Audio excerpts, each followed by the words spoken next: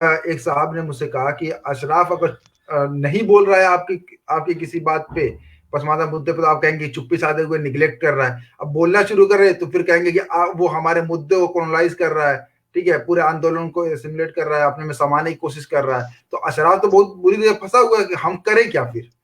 अगर नहीं बोल रहे हैं, चुपचाप बैठे हुए हैं, तो फिर ये हो रहा है कि हमको निगलेक्ट किए जा रहे हैं। अब बोल रहे हैं तो कह रहे कॉलोनाइज कर रहे हो।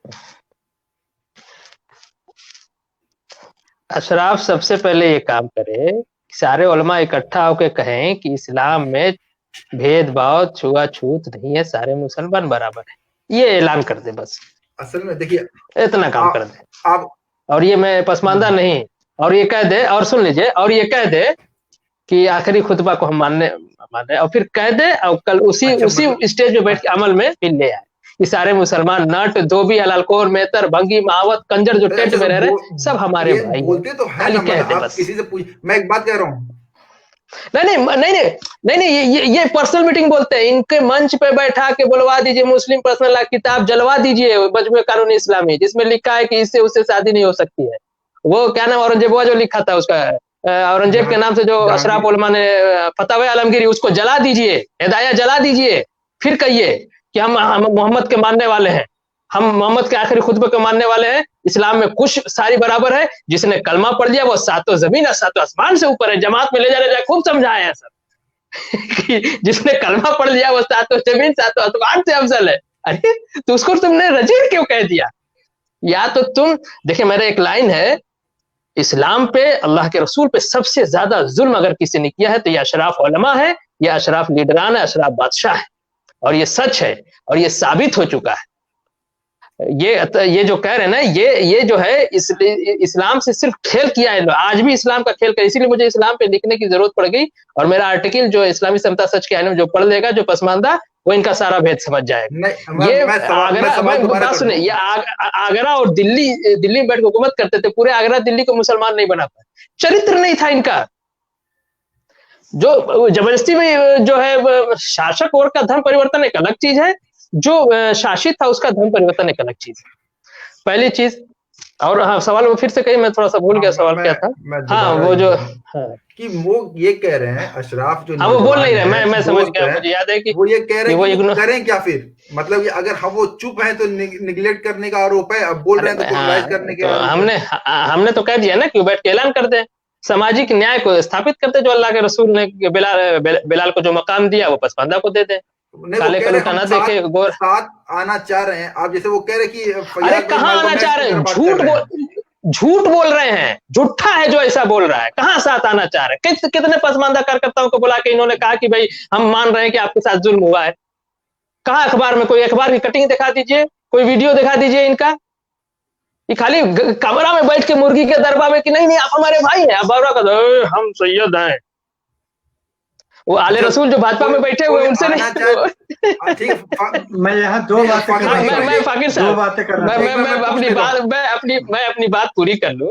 मैं ये जो आप सवाल कर रहे थे कि वो एक मैं बात पहले कहना चाहिए, फाकिर साहब ने देखिए जो पसमानदा इस्लाम की व्याख्या की, मैंने बहुत इस्लाम पे किताबें पढ़ी हैं, अल्लाह का शुक्र है, अभी भी मैं पढ़ा लिखा आदमी नहीं, मैं पढ़ता लिखता आदमी। आज से एक टर्म आप लोग याद कर लीजिए, मैं पढ़ा लिखा आदमी नहीं हूँ, मैं पढ़ता, मैं कक्षा 8 में पढ़ता था तो मैंने एक आदमी का जवाब दिया, कहता कि मार साहब का लड़का बहुत ढेर पढ़ा लिखा बा, इस ऐसा बात कर रहा था। तो हमने कहा कि मैं पढ़ा लिखा आदमी नहीं, मैं पढ़ता लिखता आदमी। कश्मीर इशू पे बहस हो रही थी, फाकिर साहब ने जो इतना बेहतरीन, मैंने बहुत इस्लाम की किताबें पढ़ी है, जिस हिसाब से उन्होंने इस्लाम के प्रोपेगेशन के, इस्लाम के प्रसार को डिफाइन किया है, बड़े से बड़ा आलिम, अशराफ आलिम की किताबें हमने पढ़ी है, सब कुछ पढ़ा है। आज तक ये बात किसी ने खोल के नहीं बताई थी कि इस्लाम का प्रचार प्रसार का मेन वजह क्या थी, जो इन्होंने बताया कि सबको समा लेने को, जो कल्चर की जो इन्होंने बताया, और यही पसमानदा व्याख्या है। यही अशराफ उलमा को ये बात गल नहीं रही है कि ये जिस पे हम बैठ के, जिससे हम पैर दबवाते थे, जिसको बेते बोलते थे, जिसे हम घोड़ा धुलवाते थे, जिसे हम कपड़ा बुनवाते थे, वो बैठ के इस्लाम की व्याख्या कर रहा है हमारे सामने। ये इनको पच नहीं रहा है। ये पूरा का पूरा शेरवानी नहीं, ये सामंतवाद का प्रतीक है, पूरे दिमाग में इनके बादशाहत घुसी हुई है। वो इस देश के अंदर ये बादशाहत हम निकाल के फेंक देंगे इनका। अच्छा जी भाई, मतलब वो उनको बताइए कि जो ये कह रहे हैं हम आपके साथ आना चाह रहे हैं, वो क्या करें? वो अशराफ हैं, सैयद हैं, वो आपके साथ आना चाह, वो क्या करें ये बताइए।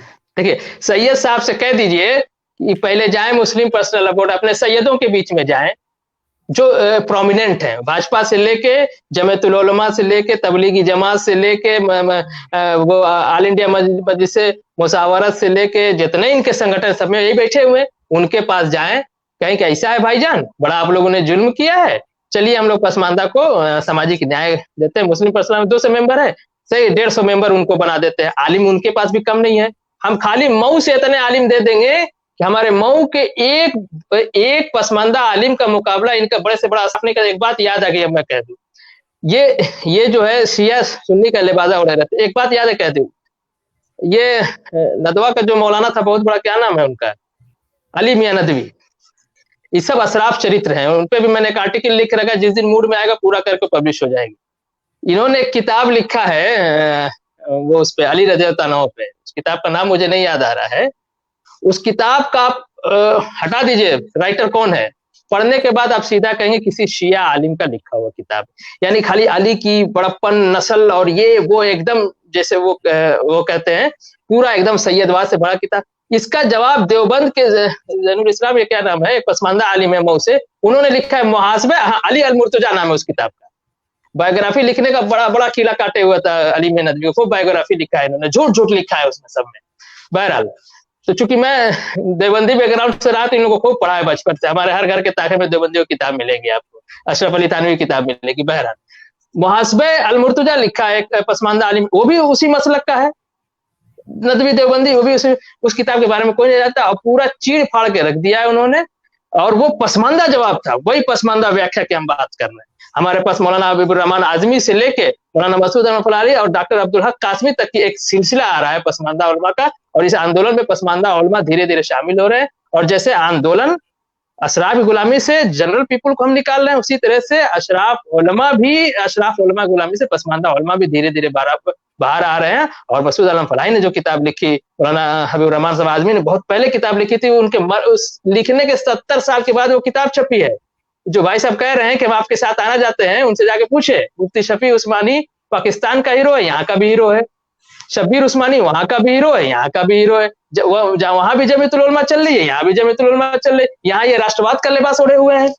दो बड़े संगठन है अशराफों के, एक जमीयतुल उलमा हिंद जो राष्ट्रवाद का चादर ओढ़े हुए है, और एक जो है तबलीगी जमात जो अध्यात्म का चादर ओढ़े, सूफीज्म का रीस्टेब्लिशमेंट है, या सूफीज्म अध्यात्म का शासन की परिकल्पना थी, उसी तरह से ये तबलीगी जमात अध्यात्म का चादर ओढ़े हुए। इसीलिए देखिए कि जो नेशनल सिक्योरिटी वो जाके मना रहे हैं भाईजान को, भाईजान मुंह फुलाए हुए हैं, कोरोना हमसे फैला दे, आपने कह दिया। बताइए, एक थानेदार को जाके गिरफ्तार करना चाहिए, अजीत डोभाल जा रहे हैं।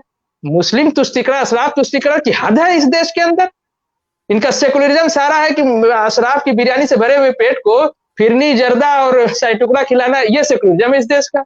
हम इस सेकुलरिज्म को नकारते हैं जी। हाँ, फाकिर भाई कुछ कह रहे थे।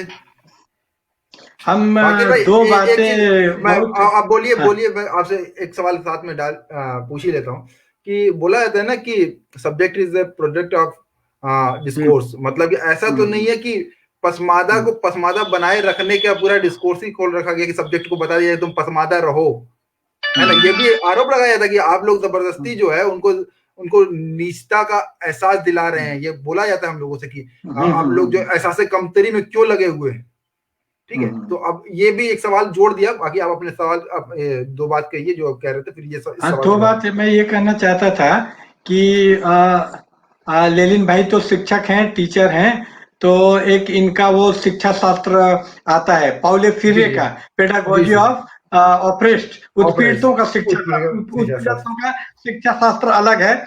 उसी तरह इस्लाम ऑफ ऑप्रेस्ड, एक हम लोगों का इस्लाम अलग है। तो उसके हवाले से मैं बताना चाह रहा हूं कि उन्होंने लिखा है, पाउले फ्रीरे साहब ने, कि वो विश्वास करते हैं कि वो बहुत निगेटिव नहीं है कि ऑपरेसर, जो आदमी ऑपरेसर है यानी अशरफ है, उसका भी कोई आदमी मुक्त होना चाहता है तो हो सकता है, लेकिन उन्होंने शर्त रखी है कि तुमको ऑपरेस के, तुमको लीडर नहीं बनना होगा, फॉलोअर बनना होगा जो नीचे है। तो वही शर्त, मैं फ्रीरे साहब से सहमत हूँ, उसी शर्त पे कोई अशराफ आना चाहते हैं तो हमारे साथ आ सकता है। वो शर्तें ये हैं कि उसको लीडर हमारा नहीं बनना होगा, फॉलोवर बनना होगा, साथी बनना होगा।